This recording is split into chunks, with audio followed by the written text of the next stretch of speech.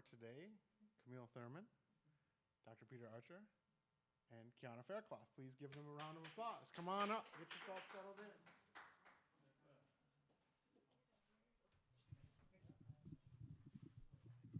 Thank you.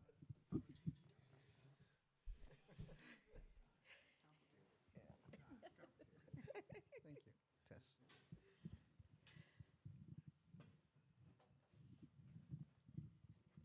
Thank you, Ryan. Hey, good evening, everybody. Welcome to the Jazz Museum of Harlem. I'm so excited to be here. I'm really excited to be here and chat with the man of the place, the hour, the moment, the reason this exhibition is here and on display, Dr. Peter Archer. Give it up for him. Thank you. Thank you. Joining him, the incredibly multi-talented saxophonist, vocalist, just an amazing spirit and a beautiful person, Camille Thurman. And they have a very special connection because, and I learned in our chat before we got up here that Camille was given her very first gig by Dr. Peter Archer. She, of course, was his student and has been a mentor to her, and really, I'm sure she would agree, is the reason that she is here and flourishing in the way that she is musically today. So thank you both so much for being here. Really excited to get started. Let's start with you, Dr. Archer. And you enjoyed a 34-year career at the same middle school? Correct. For Same 34 school. years. 34 years in Tanner Hawthorne, Middle School 74 in Bayside, Queens. Wow, incredible. So I'm curious to know how you, like Joe Gardner, as you see here, whom you inspired, we'll say. I'm curious to know when you got the call from Disney Pixar looking for an inspirational story, how did that all come about in the first place? Well, yes. Well, thanks again for having me. And hello, everyone. Good evening. Well, it was a surprising phone call, needless to say. And once the filmmakers, Pete, Doctor, and Dana Murray, they came and we spoke, and there was just thrilled that the fit, the connection was just so remarkable, because I have a passion for music, and I develop a love for teaching as well. So I've managed to maintain a dual career as a music teacher and performer. Wow. As well. So, like the star of the film, Joe Gardner, he falls into this manhole, you know, and he's forced to find himself, his spark. And as you say, you sort of fell into teaching. It's not something that, it sounds like you initially started out wanting to pursue. So let's talk about that. Sure. Well, teaching is something that I shied away from. And my passion, my love was strictly to perform. And so what happened was I had an opportunity to do a music teaching internship. And in spite of the fact that it offered a free master's degree, Okay, perfect. and a stipend for 4 semesters, I still didn't want to do it. But the professor who initially offered me the opportunity, he mentioned that. He said, you know, I think you'll be good at it. So when I had a conversation with my mother about this, the whole situation, and I told her, I said, I don't want to do this. And this professor gave me this application, and he said, you know, I think you'll be good at it. So she, in turn, said, well, have you considered why he said what he said, that you'd be good at it? So that motivated me to accept the position. And to my surprise, I really developed a love for teaching. And as my thinking evolved, I realized how important music education is. And and I really stayed with it for 34 years at my school. Wow. Yeah. It sounds like you had a very supportive mother and Yes. family unit.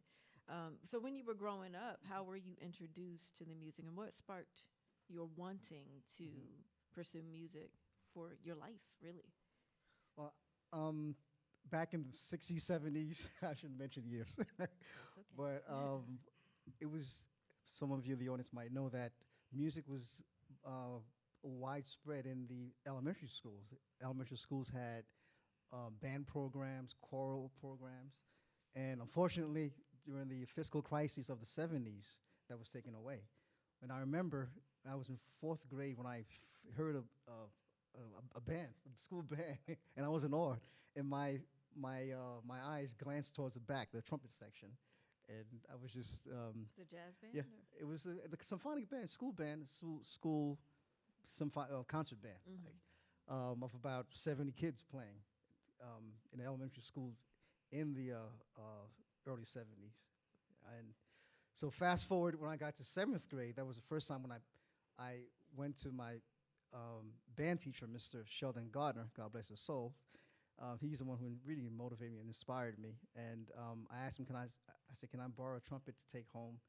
And he did. It was a beat up, dirty, green, slimy trumpet with a mouthpiece. And I took the instrument home, and really just, my siblings, they wanted to throw me out the window. They were so annoyed.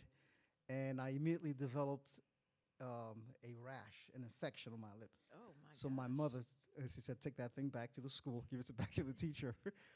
And so, but after after the healing took place, then I got back in the school. I got back in band, and just kept playing trumpet since then, and loved it ever since. So eventually you got your own instrument. Yes, yeah, brand new, clean. Good.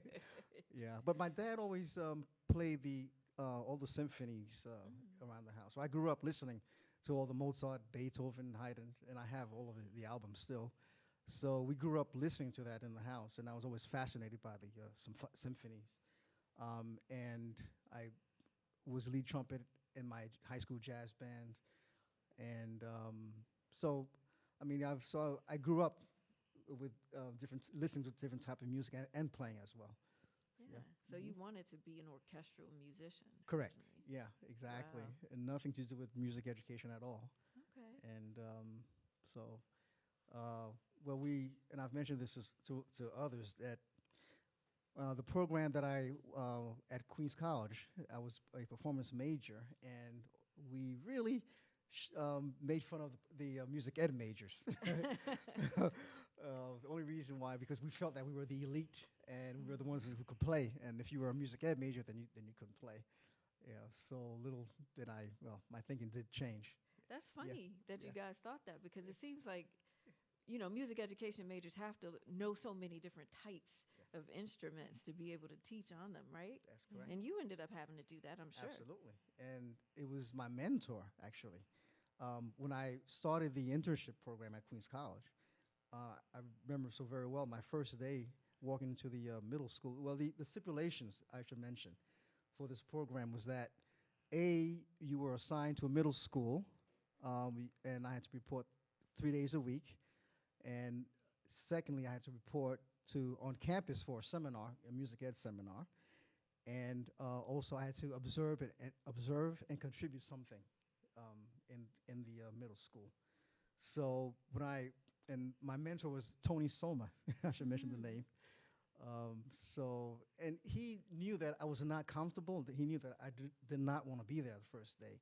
And I sat in the back, and I sat next to Liz Guglielmo, tuba player. She's in charge of New York City Board of Ed music. So I went in the back, sat next to her, and but first thing that I was thinking about, I said, well, these kids are not jumping off the walls. They was very well disciplined, listening to Mr. Sommer.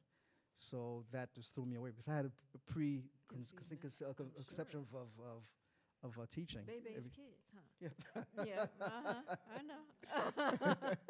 I'm glad they proved you Yeah, wrong. but what I want to say is that after the lessons, so Tony, Mr. Sommer, said, come here. He said, listen, this teaching thing is no big deal. Look, you have to know what you're teaching. He said, be consistent with your discipline and learn how to play all the instruments. Yeah. So that stuck with me. That was very powerful. Wow. Yeah. So Very you talked about you having a mentor. Speaking of mentors, let's get Camille in here. You consider, of course, Dr. Archer your mentor. And we were talking before our chat about how you even found yourself at Nathaniel Hawthorne. Can you talk a little bit about how you all met? Well, I grew up in St. Albans, Queens, and at the time, well, my mother, she was a school teacher, and at the time, the neighborhood that I was growing up in, it didn't quite have an arts program, and my mother was always looking for different programs to take me, and oftentimes she had to take me across town and find places outside of my neighborhood. And I remember she found this school, and I think it's a thing with teachers, they know all the secret good public schools to send all their kids. And she's like, I found a school, it's in Bayside. And I was like, Bayside, that's like another country. And she's like, it's a good school, it's a great school. All my teacher friends have sent their kids there, and they all do great, and they all go to great high school, so you're going there. And I was like, I gotta leave my neighborhood again. And she said, well, they have, art, they have drama, they have music. And I was like, okay, this is interesting, because most of the schools that I grew up in, they didn't have arts programs. And I remember when I did have access to the arts program, it was taken from us. I studied violin for 1 year in kindergarten, and I remember I had a teacher named Miss Young, and we loved her so much. And then we were so sad and heartbroken when we found out the program wouldn't continue. So I was kind of happy about the prospect of being able to have the arts in my school, because I knew it was like to not have it. And she took me there, and I remember the first week of school they asked, what do you do? Do you have an instrument that you play? And I said no. But I knew I wanted to go into a music program, and they said, well, you don't play an instrument, so you can't come into the music program. And for me, at 12, what was I, like 10, 11 years old, I thought that was kind of weird, because it's like, well, if you want to play an instrument, if this is school, school is supposed to teach you. And they were telling me no, because I didn't come in already with an instrument. And I was very perplexed, because I was like, well, I really want to play, but I couldn't play because there was no music in my school, and we had no instruments. So I remember they put me in chorus. And there's a lot of irony around this, because if you had told me I'd be making a career singing and playing, I would have laughed at your face at 10 years old. They put me in chorus, and I hated it. And I went the first week, and I remember we were singing all these songs I'd never heard of. And I remember I went to Mr. Titel, and I said, Mr. Titel, with all due respect, this is nothing against you. I think you're a great teacher. I don't want to be here. Can I pick it up from Yes, you can. Uh-oh. This is like a comedy show, though. Yeah. So my phone rings. So I was sharing earlier to both of them that at my school, my beginning classes were 50. There were 2 beginning classes in band, and they were capped at 50. And just to be clear, the arts, band, chorus, and gym are allowed to have 50 kids. So I always had the 50 kids, and it helped me with my beginning program in terms of moving the kids along to the intermediate band and then to advanced band. So my classes were capped, and then the phone rings. Mr. Titel says, I have this young little girl, she wants to play the instruments. And he said, will you take her? I said, well, no, I have 50, so I can't take her. And the next thing I heard was a dial tone of the phone. And a knock on the door. So I went, and when I heard the knock, I went to the door. I didn't see anyone, so I opened the door, and I looked down. And this little angel, I'm like, who are you? She said, I'm Camille from chorus. And she said, I said, well, band is full. She says, I want to play the instruments. I said, well, come on in. I'm not quite sure what I can do, because the class is filled already. So I said, and I told her, I said, we've already selected our instruments. So I said, well, what would you like to play? She said, trumpet. And I immediately looked at her lips. There were stitches on her lips. And I said, well, you can't play the trumpet. I said, well, what happened to your lips? She said, you were in a car accident. So I said, well, sit at my desk, and we'll figure this out. So fast forward, she did stay, and I put her on flute, if I recall. Actually, trombone. Okay. Before flute, because you wouldn't let me go on a flute. You said, well, look, you can't play trumpet because your lip is busted. Play trombone because I need some Mouthpiece for trombone what? players. Okay, mouthpiece Right. for what? Okay. So he's like, plus it's a bigger mouthpiece. And he gave me this old busted Bundy. And if you know, these instruments have been there since the 70s. So when you open it, it's like 50s, actually, 50s. coughing and the 55. 50s.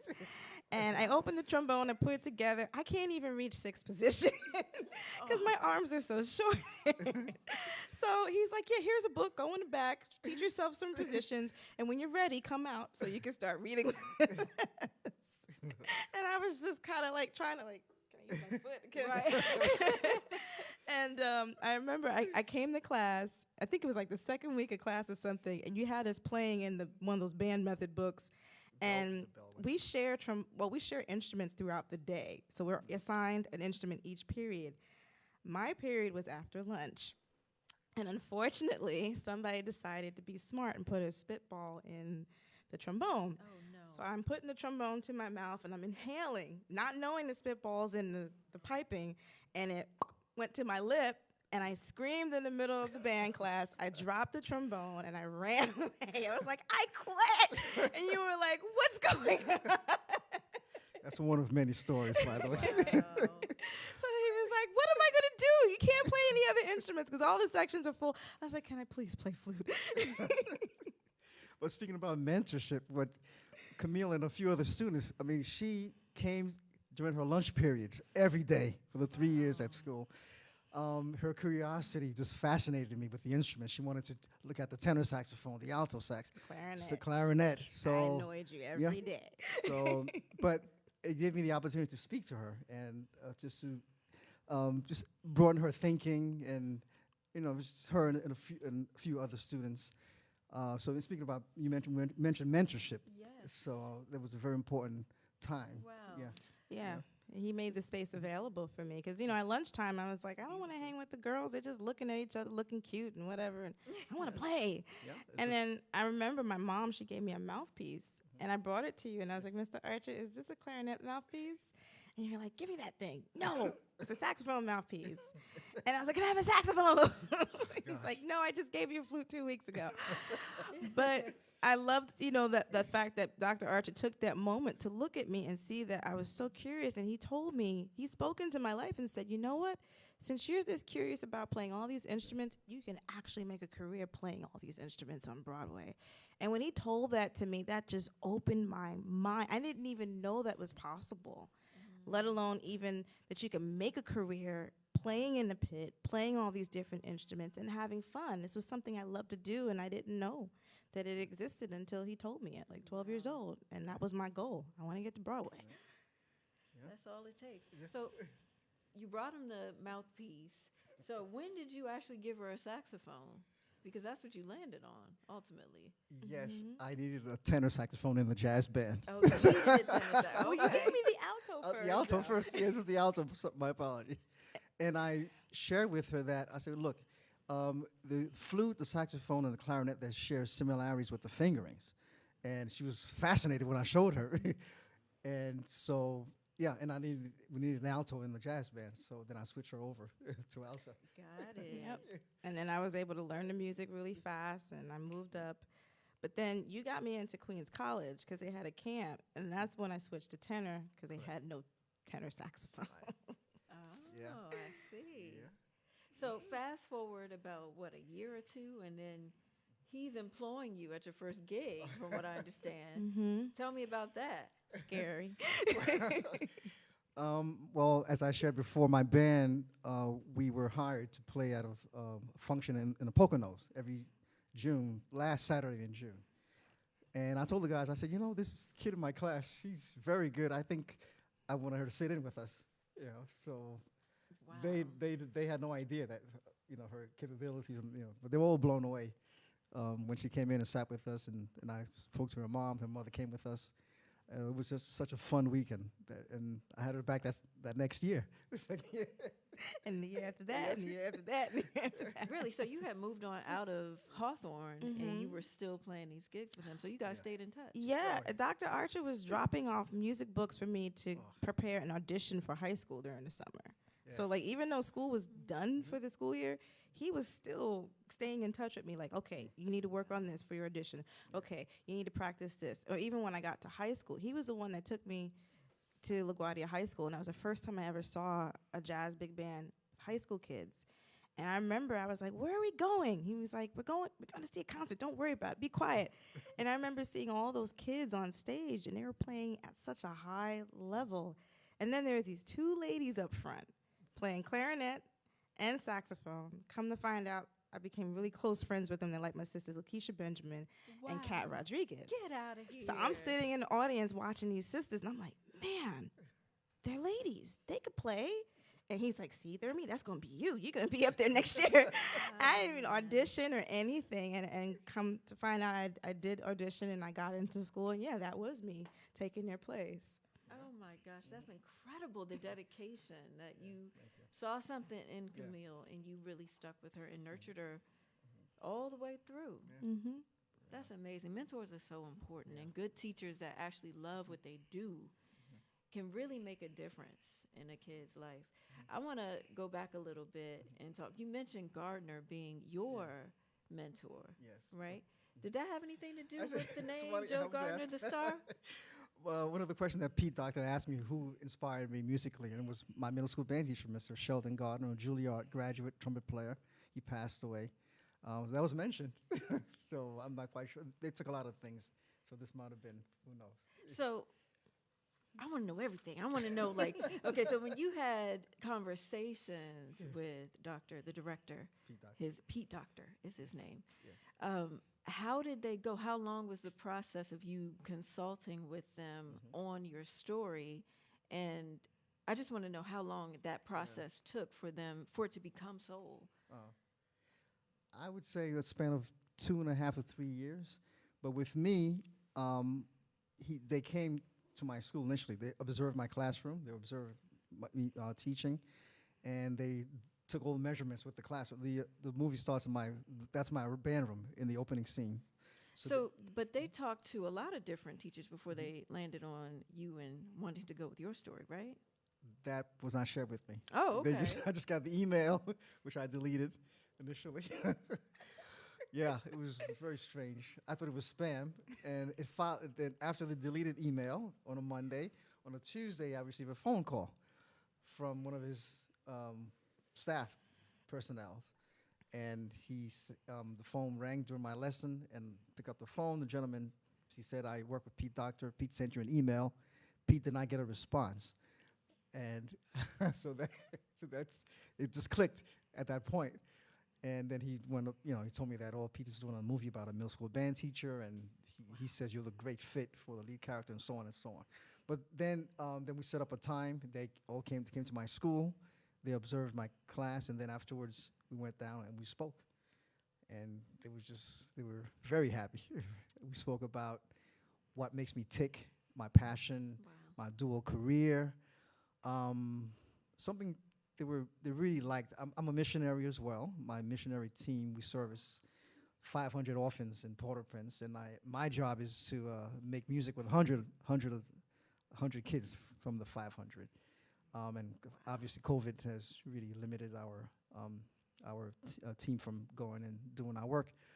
But and they were impressed with the whole idea of me realizing that here I was, my passion became an obsession.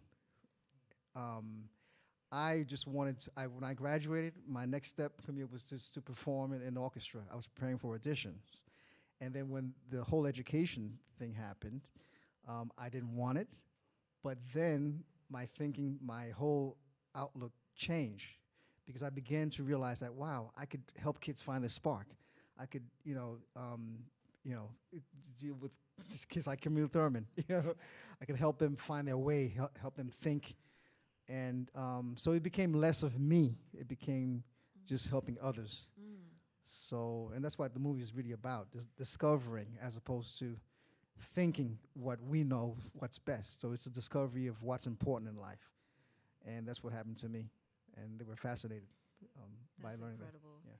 you guys have that orchestral connection. So I kind of want to talk a little bit about orchestra culture, because as you mentioned, you have been doing some auditioning. What were some of the challenges you were met with in the process of trying to, you know, make performing your career?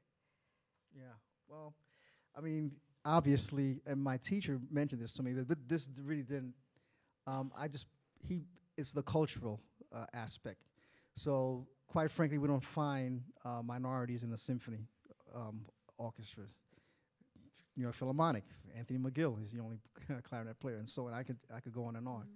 So yes, it was a reality, but I just put that behind I didn't really dwell on that, and I just kept on pushing, kept on practicing, and preparing my orchestral excerpts. Yeah. And for you, Camille, of course, being, I don't know if you guys realize this, but the first woman in Jazz at Lincoln Center's 30 years of being a full-time, for 2 seasons, musician and touring with them, the only woman. I know that must have been challenging for you. I mean, I think about the experience that I had just starting out with Dr. Archer and how lucky I was to have that seed planted, because that's what really kind of helped push me through all the different challenges of being the only woman, or being the only black person, or being the only black woman in situations. And even experiencing those situations where it's the complete opposite, where you're not wanted. So it was really just having Dr. Archer and so many other great mentors too that kind of help foster in me, like, no, you can do this. You belong there too, just like everybody else, and you can do this too. Even if I didn't have the example to see in front of me that I could identify with or hear or how to find, they were just instrumental in just making sure that you do it, because you can. And you should be able to do it just like everybody else. And you deserve to be there too, just like everybody else is there. Wow. That's incredible. And so beautiful that you had him and others to lean on, you know, during that time. That had to be, I can't even imagine, like, being the only, you know? Yeah. Yeah. Wow. Incredible. And now you are actually taking up the torch of mentoring too. Let's talk a little bit about Haven Hang. Sure. Well, during the pandemic, I started a virtual mentorship series called the Haven Hang, because while I was touring with the Jazz at Lincoln Center Orchestra, I noticed that I was getting a lot of emails and messages through my social media from young girls. And they would ask questions about things, or they would say, oh my gosh, I just saw you on a live stream. Just seeing you there was just like, it blew my mind, because I had never seen any other woman there. And I thought to myself, man, you know, I remember being their age, 13, 14, 15, and not being able to talk to anybody that as a lady, let alone even have somebody to ask those questions. Because, I mean, Dr. Archer was great, but there were some, you know, questions that as a lady I couldn't quite ask because I didn't understand. And I wanted to create a space where that conversation could be had. And I thought about also, at that time, we're sitting at home, and I was like, man, all these people, all these students are probably sitting home. And I was like, you know, and there's probably a lot of young ladies too sitting home. And I wanted to create a space where it was safe for them to ask questions, but also at the same time, give them opportunities to see other women that are doing what they might want to do, and have that space where they could have dialogue with them. And yeah, also have those women share their stories.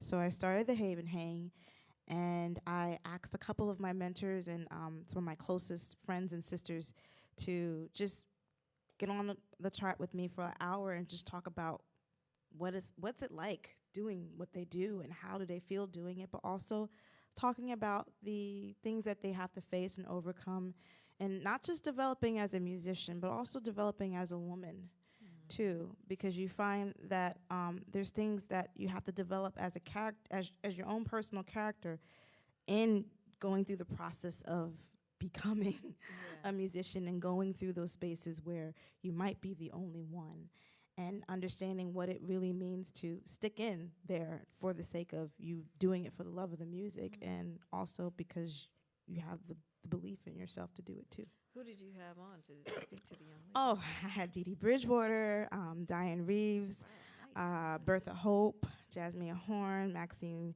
Gordon, and of course, a whole bunch of other women too outside of the jazz field, Crystal Torres, and even women in the arts period, Nia Love, quite a few women. So it's been great. We've had young girls all over the world from Australia and Africa Wow. chiming in and watching and sending messages and saying, thank you for this. And you were the spark, I like to think, Yeah. for that. And that's why mentorship is so important. It really is contagious. Because when you've had good mentorship, you want to be that to someone else. That's incredible. That is so Yeah, I think beautiful. in The the gift that age- keeps on giving. So yeah, I was going to mention that in the age of technology, the kids are nowadays their heads are on their cell phones, and just to be able to speak with them and understand what they're thinking, and just have conversation with them rather than being on social media for Right. 24 hours. And you're Yes, sir. still mentoring and teaching. You're retired, but Yes. but you still haven't really stopped, it seems. Well, I'm still doing my private lessons through Zoom, and I have my own band that she performed, that she played with us when she was a little girl. We're still active, Oh, and cool. now the catering halls are reopening. COVID restrictions are easing, so we're busy now, doing weddings and bar mitzvahs and things along that line. Okay. So no retiring to Florida for you for a while. He's still out here. I was sharing with the lady in the audience, Miss Faith, that I was deemed distinguished alumni by Queens College, and they gave me my own space at the library, and I'm preparing my collection, research papers, my dissertations over there at the Rosenthal Library. Yeah. Wow, that's incredible, man.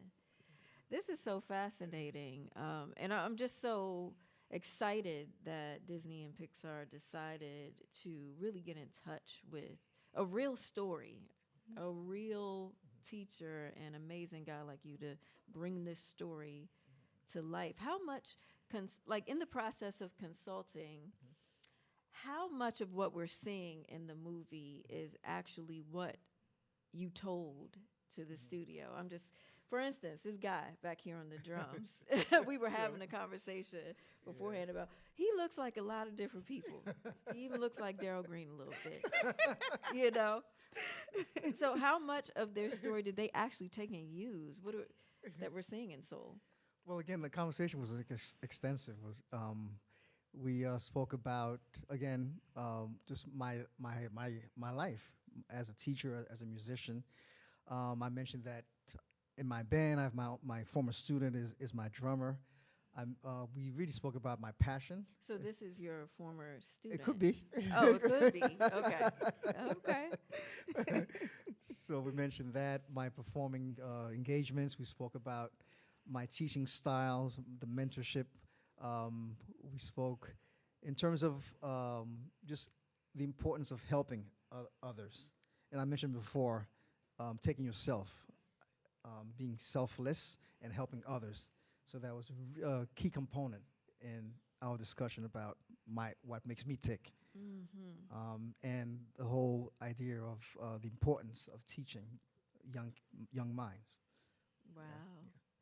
And you even got a call from the studio as well. Let's talk a little bit about that and how the pandemic kind of made some things go a different way. But So I was working with the Jazz at Lincoln Center Orchestra, and my publicist called me, and she said, I got a call from John Batiste's manager.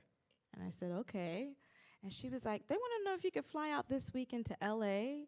to do some recording. And I was like, oh, my gosh, I'm supposed to perform in Rose Theater with the Jazz at Lincoln Center Orchestra this week. I was like, I don't know how that's going to go with Whitney. And she was like, well, is there any way you can get out of it? And I was like, well, unfortunately, we already started the week and we were rehearsing, and it'll be too short of a time to get another person in. So I said, I'm really sorry. I'm going to have to decline because I know that was hard. it was hard. Because she was like, this is Pixar, this is Disney. And she was like, they want you to play. I was like, I know. And Dr. Archie, he told me about it too. And I was like, oh my God, they actually called me to do this. But Did you tell them to call her? You told them to call, didn't you?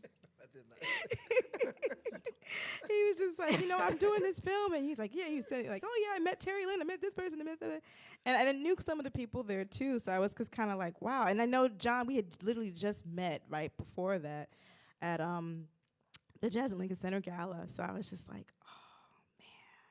But I was like, okay, I got to hold my obligation because I had to do it. And of course, I did the gig with the orchestra. But then what ended up happening was, I believe it was a year later almost, they called me and they said, hey, are you going to be in town? Because we still want to, work with you and have you play a part in playing with the music. I was like, yeah, sure. And they said, well, we're recording the band in New York City. And I was like, okay, I'm in town.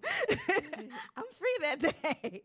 And he was like, great, we'll be in touch. The contractor's going to give you all the paperwork and blah, blah, blah. And I was like, great. This was like a couple of days before we had shut down.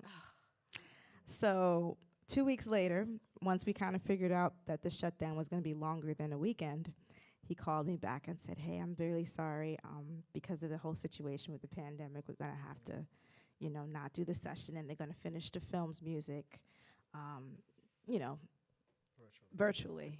So I was just like, oh, my God. So I almost did it, but, I mean, it's...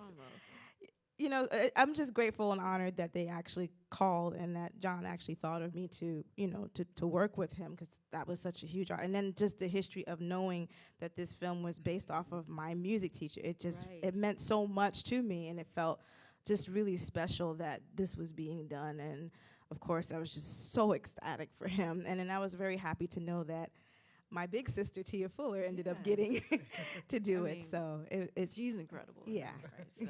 Yeah. Wow, amazing. So John Baptiste, of course, he mocks the piano. All the fingers are, I guess, modeled Those after are John's hands. John Baptiste. Such long fingers they are. And he ended up winning the Oscar for that. Did you have any hand in choosing who was playing what, or how involved were you in the process of them casting, I guess, for this? So I was not part of that Okay. at all. I was strictly the middle school band teacher perspective. I got it. Yeah. Okay. So that was separate. I was curious to know.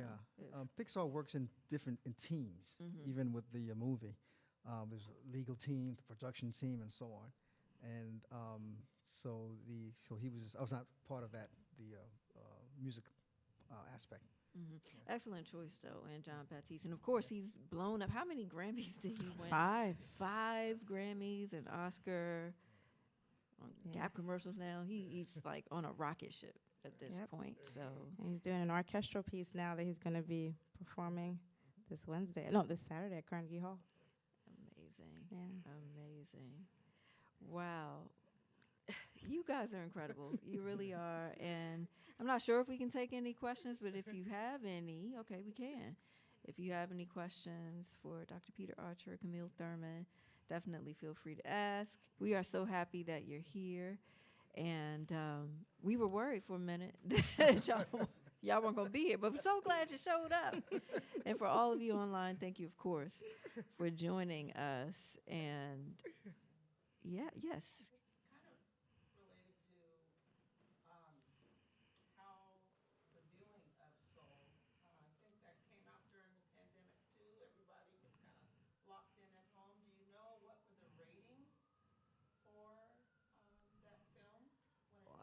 Yes, I was told it was the most streamed movie ever. Wow, that is incredible. And speaking of the opening, of course, that was postponed. It was supposed to happen, June 2020, June 19th. That was the original release date. And then it didn't end up happening until Christmas. Right. So you all did a virtual. I want to say that was probably one of the first of its kind that I had heard of, a virtual opening of a movie. How did that go? Well, we did a virtual red carpet, and there was a virtual preview of just selected people. I'll put it that way. Prior to the actual Christmas Day release. Wow, yeah. That's cool. It went well. It was full of fun.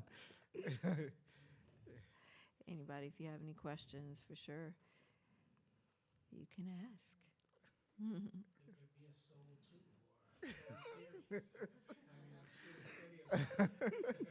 Hopefully. Would you be open to that if you were asked to contribute to a series? Yeah. Wow. Oh, you got a lot of stories, I'm sure. Stories about Camille. I know. Speaking of stories, I know you got a lot of them because y'all been, hanging in pretty tight for a few years. What's a very funny story about Camille? Oh, boy. And then I'll ask on the other side. Well, I gave you the initial story, how we met. It was a funny moment, but I did realize that she really wanted to be in the class, and my numbers were over, and I had to speak to administration and make the exception for her. But I do recall during class lesson, and we were about to start, and I looked down, and I didn't see Camille at her seat. So I asked the classmate, I said, "Where's Camille?" She said, "Oh, she's in the back messing with the instruments." So here she comes dragging. Well, actually, I saw the baritone saxophone moving by itself. I didn't realize she was behind it. Oh. So she says, "Mr. Archer, can I play this? Can I play this?" And the class was just, it was a hysterical moment. Needless to say, she was fascinated by the baritone saxophone, which was much taller than she was. That's so cute. That is Remember so that cute. moment? I remember That silver baritone saxophone? Yep. That thing was heavy, too. I was thinking you could have waited till lunchtime. You're in my room every day at lunchtime, but she chose her in the class lesson, and it was. That's funny. Yeah. Do you have a story about that, Patch? Oh, man. Okay, I have a story. So I remember I would come and hang out at Dr. Archer's classroom every day during lunch period to practice and to try out different instruments. And I remember, I think it was a security guard by the name of John. He would come downstairs and hang out too, and he played piano. I didn't even know he played piano. So he would come and play and practice, and they would be talking and whatnot. And I remember the buzzer went off, and I was like, "Oh my gosh, that A flat sounds terrible." And they're looking at me like, "You don't have an instrument in your hand. How do you know that's A flat?" I'm like, "Oh, that's just A flat." And they're looking like, "Yeah, but how do you know? You have no reference. There's no instrument with you, and you just kind of just knew." And I was like, "Well, it has that weird rub, and it's really bothering me." And they were like, "Why?" And I was like, "Well, because it's like really making me feel uncomfortable because I could hear the rubbing of the notes."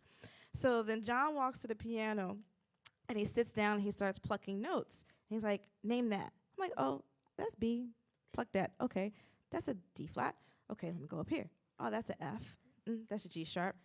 And John and him are like looking at each other like, "Do you know what you have?" And I was like, "No, it's just I hear stuff and it's weird." And they're like, "You have perfect pitch." And I was like, "What's that?" Wow.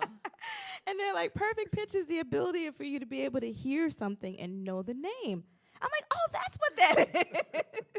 And they're like, "Yeah, how long have you known you had this?" And I was like, "Well, I think I've had it since I was a kid, but I just didn't know names for it. I just knew colors for it." So then they were like, I think that's a thing. It's called synesthesia. I think. yeah. Wow. So they were just looking at each other like, "You have perfect pitch." But then that's how Dr. Archer figured out I wasn't reading the music. Because when I came to band, Oh. I was playing the chart, but By ear. I was playing it all by ear. Wow, that is incredible. Had you run across any other students that had perfect pitch like that? Yeah, it's 34 years at my school, and there were a lot of students. It was such a really joy, and just besides her, there were others who were very special, and they are in the profession as well. You can name them if you like. Josh Holcomb, Carl Bartlett Jr., Zachary Hahn, Norman Edwards. Norman Edwards, Norman. Yeah, there are plenty. Wow. Yeah. That's got to make you so proud, Yeah. man. Yes. Like, Yeah. I'm sure it feels like your babies, are out there in the world. Your musical offspring. I'm Yes. sure it feels like your reach is so much greater that you chose the teaching profession. Yeah. And I remember when she told me that she got a contract with Winton, and she invited me. I surprised him. I said, "Dr. Archer, what are you doing?" I think it was a Saturday night, or Saturday during the day. I was like, "What are you doing during Saturday?" And he was like, I got some gigs because it's the holidays, because he does the trumpet thing every year for Christmas Eve. And I said, well, can you come, the next day? And he's like, yeah, I could be there. And I said, okay, I'm going to get you a ticket. I'll put your name at the box office. And he's like, okay. So I didn't tell him. I just told him, like, oh, you're just performing a show. He came, he saw the show, and then I brought him backstage. And, if you go to Jazz at Lincoln Center, there's these big white doors that lead you to the backstage. And I brought him to my case, which is like humongous. And I opened it up and I showed him all my instruments, my bass flute, my alto flute, my clarinet, my tenor, and my regular flute. And I said, Dr. Archer, I'm here on Broadway because of you. Thank you for bringing me to this point. It's very touching, very emotional. Oh my God, that is beautiful. That is so beautiful. Too many. I kind of group them in families, so there's 3 families, but if you have to individually, about 7, or 8 if you include the voice. Right. Yeah. I don't have a very high comment that I'm impressed, I guess, for lack of a better word, that of that tenacity at 12 to go knock on his door. And because knocking on his door paved the path, essentially paved the path for your career at 12 years old. And for you, Dr. Archer, you could have easily have just, 50 is my limit. Come back next year. Who knows, waiting that year, Right. how things would have transpired over that year. So it's those 2 connections and that timing, I think, that I look at that's really critical. At that age, and you going over that number of 50. Right. Right? So Thank you. that's what resonates. Certainly Thank you. divine timing. Now the question is, did you do that every year? Did you bend the rules every year? She was an exception. Okay. Wow. Amazing. Yeah. So, Dr. Archer, you've Yes, seen sir. a lot of changes in the education system Yes. and how arts have been defunded. For the parents that are listening who were inspired by the film and maybe their children aren't involved in music yet, what would you say to them, and Camille, please chime in as well, what would you say to them given the uncertainties around access to music education? What would you say to them to encourage them, or any ideas on how, in the current landscape, how to get their kids involved in music?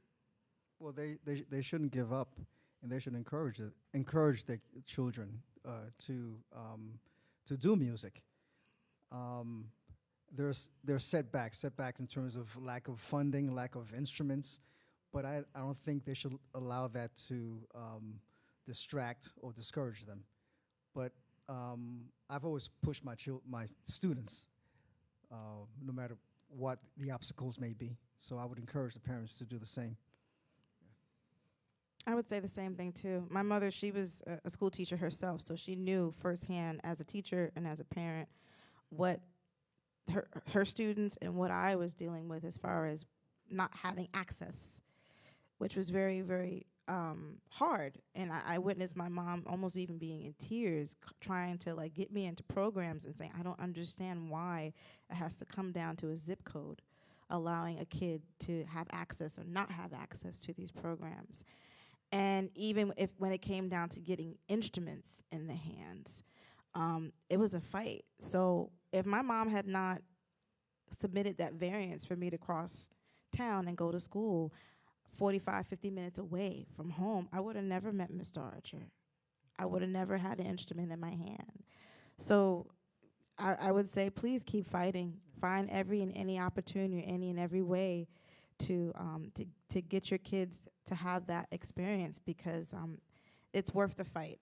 It really is. And I mean, he's one of the angels that exists in the system that was designed to not always help others. And he was right there at the time when I needed it, exactly at 12 years old, and literally gave me my instruments all the way through high school. Yeah. Wow. Thank you. Thank you. Everybody give Dr. Archer a hand, and Camille Thurman. This has been incredible. I'm not sure how we're doing on time here. Yes, you have a question.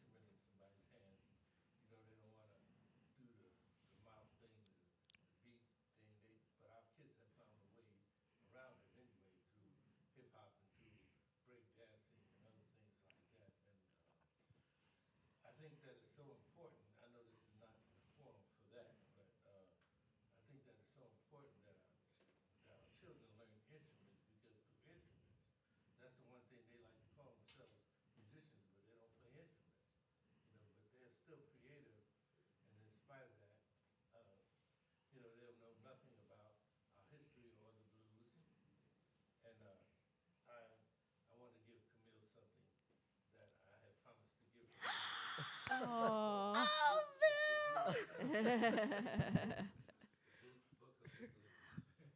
Oh my gosh. Thank you, Bill. That's beautiful. Thank you, Bill. Bill Saxon, please, please give him a hand.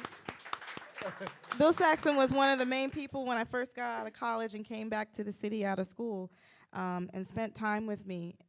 Even when I didn't have the money at like 25, 26 years old to pay for lessons, he took the time to sit with me and show me this music and teach me my culture's history, literally the lineage of playing the tenor saxophone and this music from Frank Foster and so many others. And I love you, Bill. That's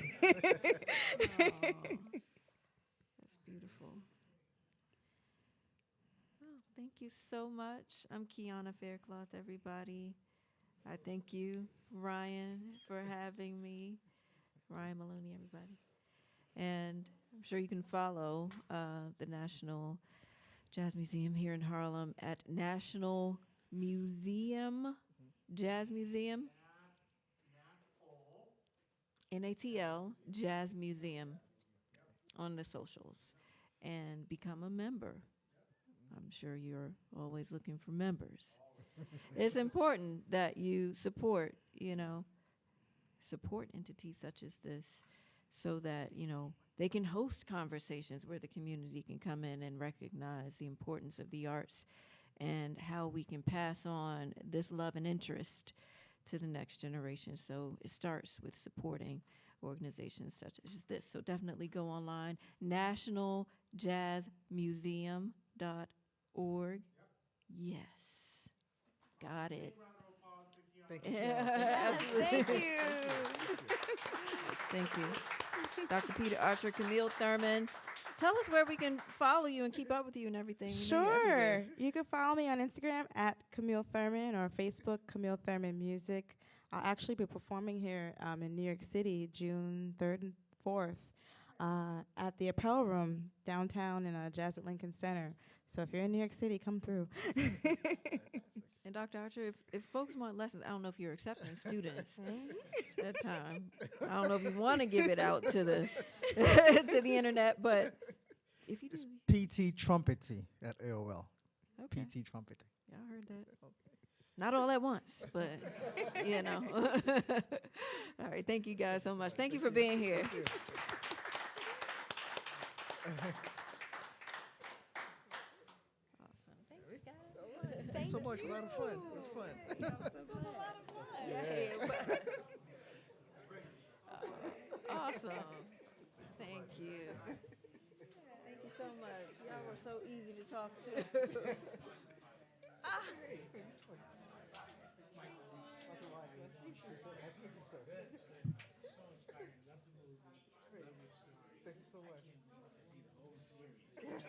Yes.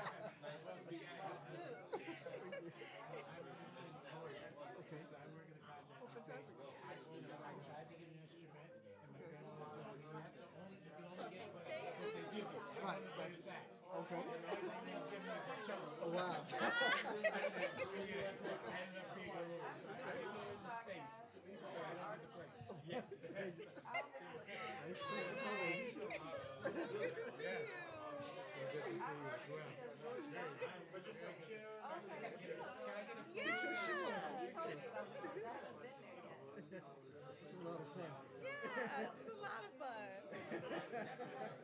Those stories I'm telling you, they're so engraved in my head. Yep.